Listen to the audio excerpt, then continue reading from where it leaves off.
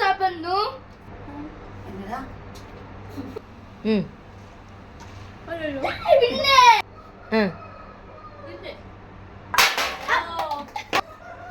Stacking புதுசா பண்ணு.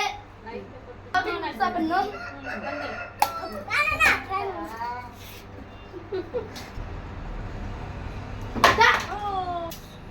உப்பு போடு.